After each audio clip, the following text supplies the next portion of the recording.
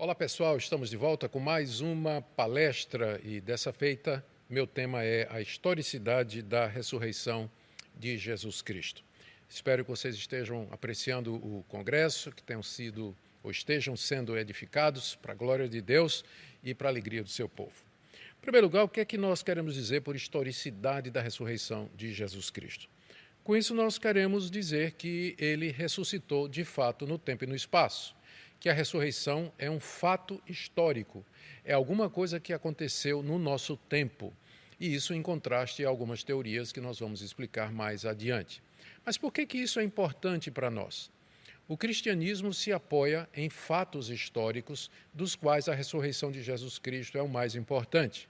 Para nós, é essencial que fatos como a criação do mundo, o pacto e o chamado de Deus a Abraão, as promessas da chegada do Messias, a encarnação de Jesus Cristo, a sua morte na cruz e a sua ressurreição sejam fatos históricos. O cristianismo é uma religião histórica no sentido de que ela depende desses fatos para se sustentar, porque eles constituem o seu credo principal. É diferente de algumas religiões que têm apenas ensinamentos, que ensinam ética, boa moralidade, bons costumes e cuja realidade não depende da existência ou não do seu fundador, mas somente daquilo que o seu fundador disse, escreveu ou deixou para ser transmitido. Já o cristianismo depende de fatos históricos. Nós precisamos do fundamento histórico, senão o cristianismo cai como um castelo que não tem qualquer fundamento e que não tem qualquer base. A terceira observação que eu queria fazer dentro da minha palestra aqui é sobre quem nega a ressurreição como fato histórico. Vamos convir. Mortos não ressuscitam diariamente.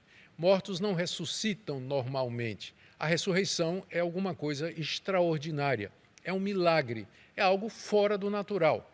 Portanto, nós estamos falando de uma intervenção sobrenatural de Deus num dado momento da história, quando ele fez com que o corpo morto de Jesus recuperasse a vida e voltasse à existência.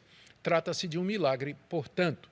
E, em se tratando de um milagre, obviamente, ateus, agnósticos, pessoas que não acreditam em milagres, pessoas que não acreditam em Deus, não vão acreditar na ressurreição de Jesus Cristo, nem em nenhum dos outros milagres que a Bíblia diz que ele fez ou que outras pessoas fizeram, como, por exemplo, as 10 pragas do Egito.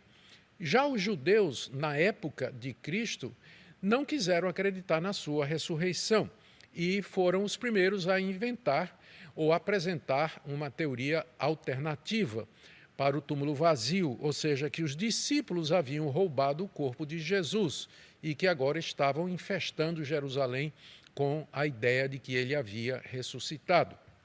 Mas, recentemente, com muita força, dentro da própria cristandade, e isso não somente entre o catolicismo romano, onde esse método crítico se estabeleceu depois do Concílio Vaticano II, mas também entre os protestantes, apareceu a chamada alta crítica, que submete a Bíblia e os seus relatos ao critério da razão e da demonstração científica. Por esses critérios, obviamente, milagres não podem ser comprovados. A existência de Deus não pode ser comprovada através de um método crítico de demonstração ou qualquer outro processo científico, uma vez que Deus em si só, ele transcende a natureza e ele não se sujeita às leis naturais que ele próprio criou. Da mesma forma, os milagres, sendo uma intervenção extraordinária de Deus, não se sujeitam à verificação científica. Então, nós chamamos de liberais aqueles teólogos, estudiosos e críticos dentro da cristandade que procuram desacreditar os milagres bíblicos e especialmente o milagre da ressurreição. Então você vai encontrar explicações vindas dos liberais do tipo que quando a Bíblia fala, quando os discípulos de Jesus falam que ele ressuscitou, eles queriam dizer simplesmente ressuscitou na memória deles, ressuscitou na pregação deles, porque a pregação dos discípulos manteve o ideal de Cristo vivo e ativo durante séculos, né? E eles dizem que a ressurreição física de Jesus é irrelevante, porque o que influencia realmente é o conceito de você nascer de novo, você ter uma nova vida diante de Deus e assim por diante. Então, os liberais acham que Jesus ressuscita na pregação, no querigma da igreja, na memória dos seus discípulos, negando, portanto, uma ressurreição física e literal de entre os mortos. Uma outra explicação dada pelos liberais, e esse aqui é o famoso Reimarus, um alemão aí do século XIX ou século XVIII, não estou com muita certeza agora, ele diz que os discípulos roubaram o corpo de Jesus e inventaram a ideia de que ele havia ressuscitado dos mortos porque eles não queriam voltar para trabalhar.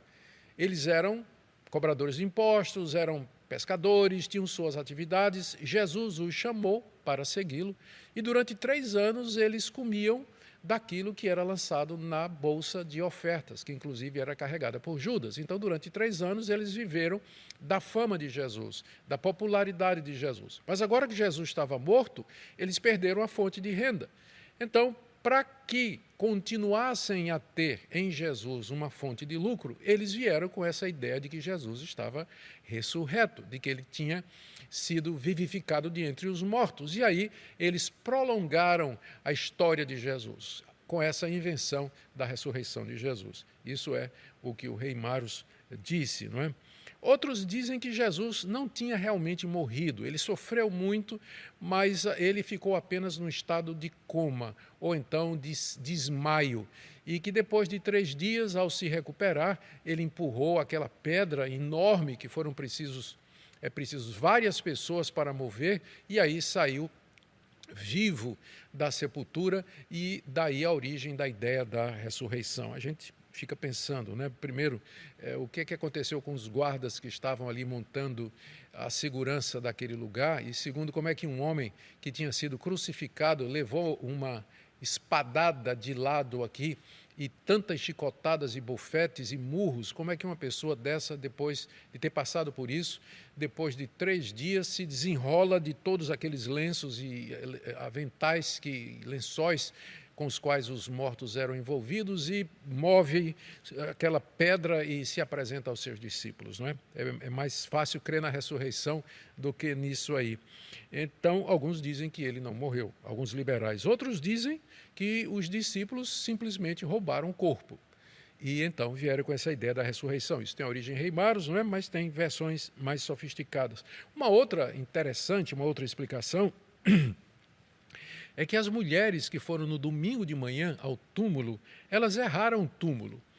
Elas, em vez de irem para o túmulo onde Jesus estava, elas se confundiram e foram para um túmulo novo que estava aberto, onde não tinha ninguém sepultado.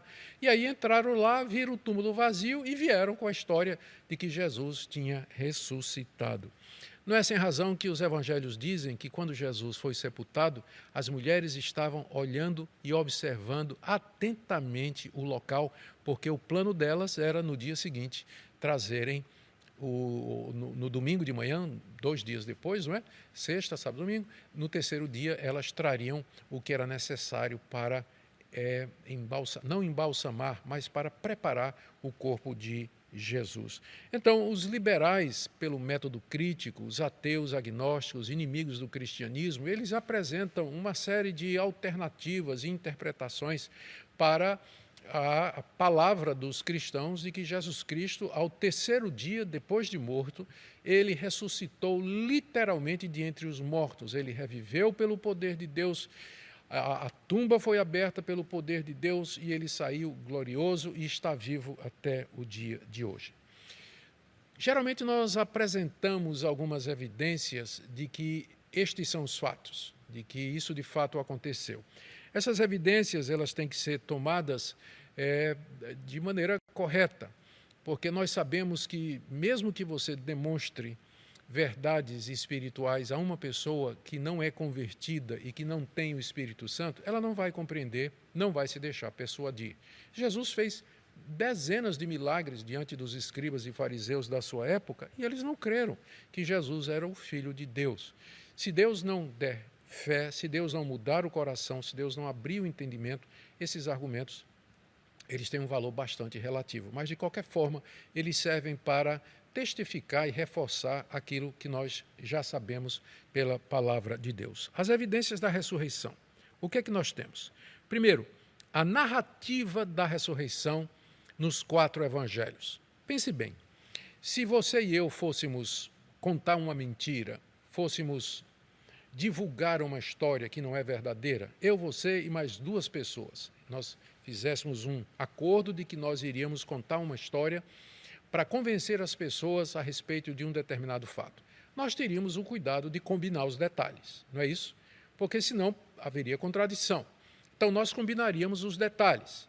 Então nós diríamos, aconteceu dessa maneira, nós passaríamos aquilo de novo, decoraríamos e estaríamos todos em acordo em contar a mesma história.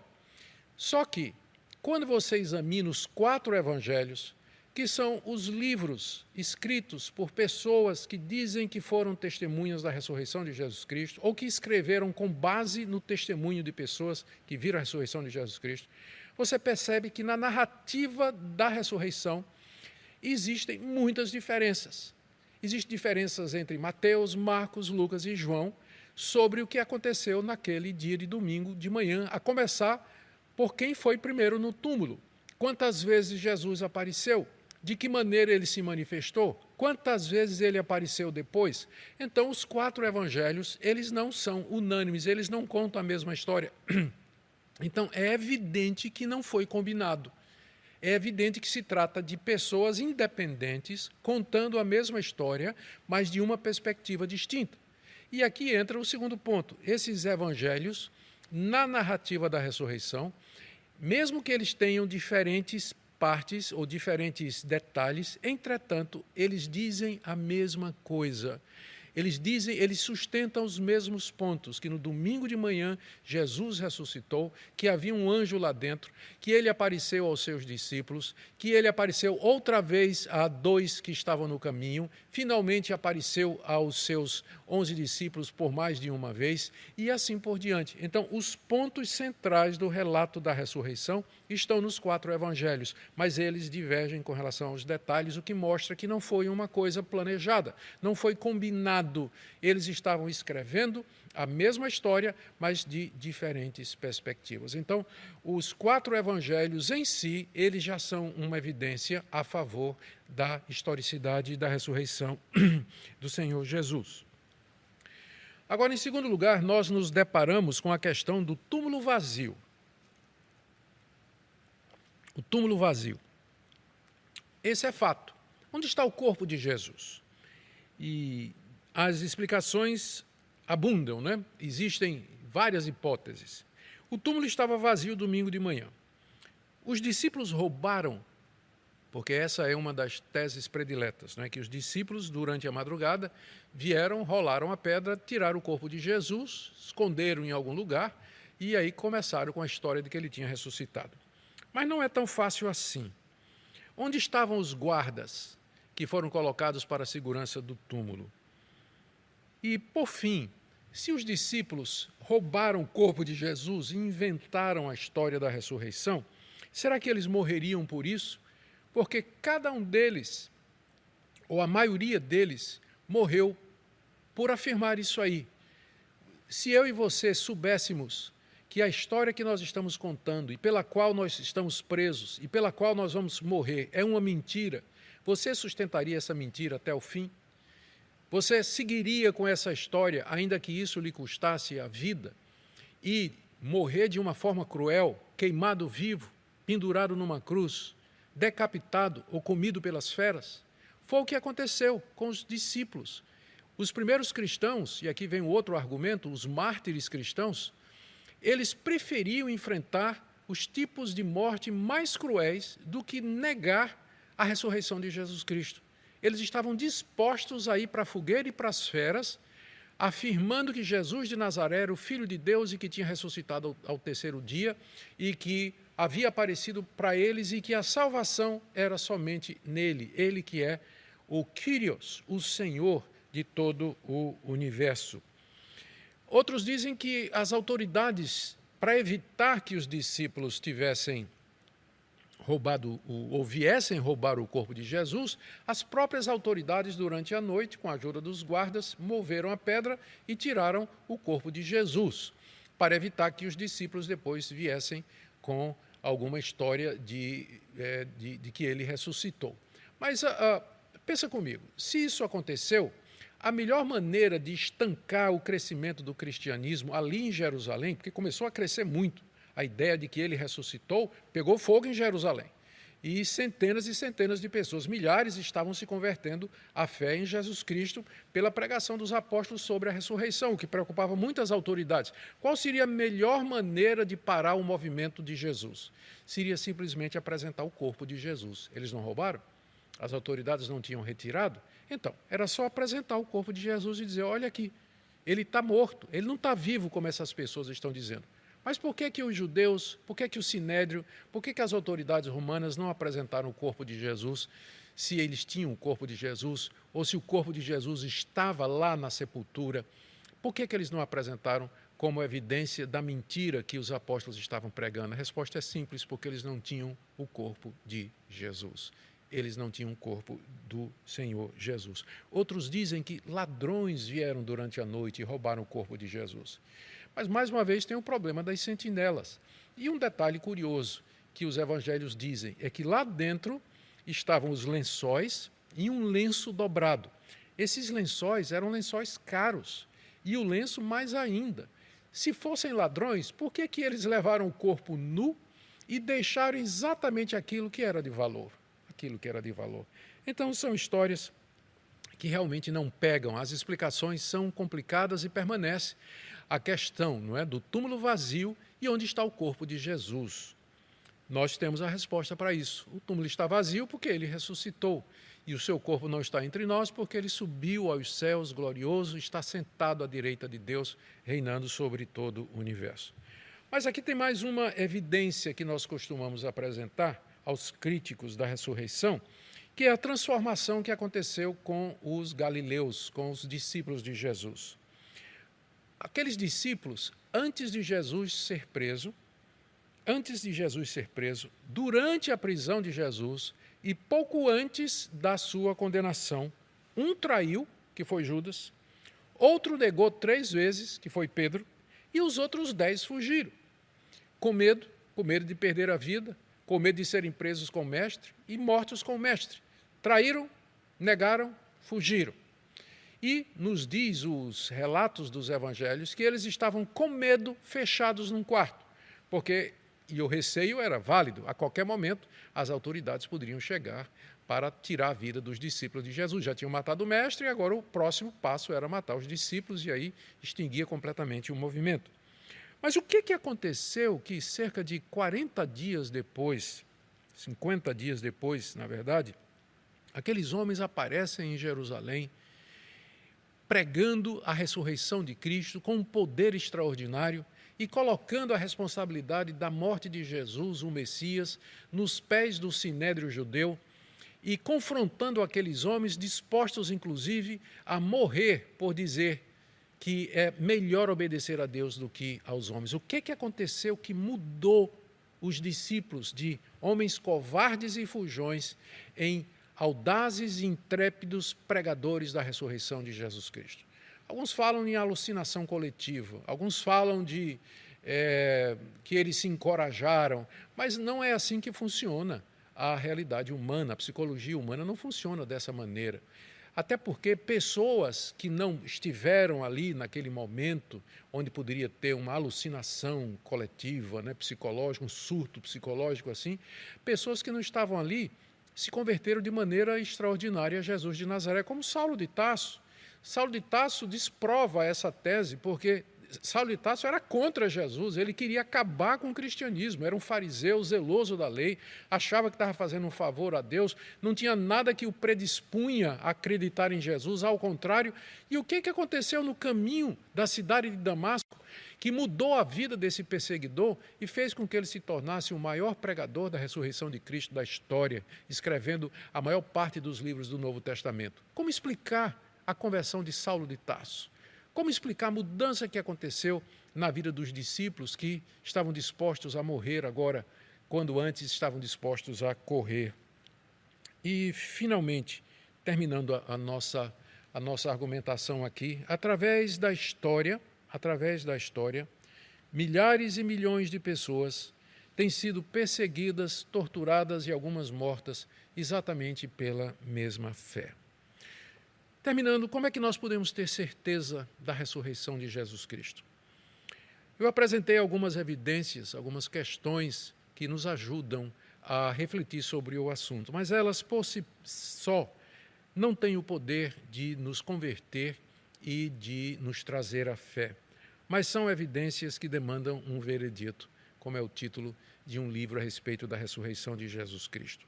Nós temos certeza pelo relato dos evangelhos, nós temos certeza pela palavra de Deus, nós temos certeza pelo testemunho interno do Espírito Santo, nós temos certeza porque o Espírito comunica ao nosso coração a presença do Cristo vivo, com quem nós temos comunhão e a quem nós adoramos e servimos todo dia.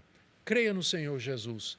Se no coração você crê que Deus o ressuscitou dentre os mortos e com a boca você professar que Cristo é Senhor, você será salvo dos seus pecados. Que assim seja.